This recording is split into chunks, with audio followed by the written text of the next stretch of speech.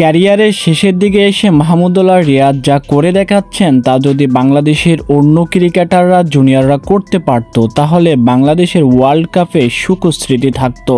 শুধু ওয়ার্ল্ড কাপই নয়, আফগানিস্তানের বিপক্ষে যে লড়াকু একটা ইনিংস খেললেন Mahmudullah Riyad, final of the ম্যাচে বাংলাদেশ জিতে সিরিজটা নিজেদের করে নিতে পারত।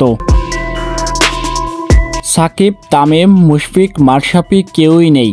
5 তারকার এক মহাতারকা মাহমুদুল্লাহ রিয়াদ টিকে আছেন, খুব শীঘ্রই হয়তো ক্রিকেটকে বিদায় জানাবেন। ঠিক তারপরে বাংলাদেশের কি অবস্থা হতে পারে জাস্ট ইমাজিন। কোনো এক বিশ্বকাপে হয়তোবা চান্সই মিলতে নাও পারে।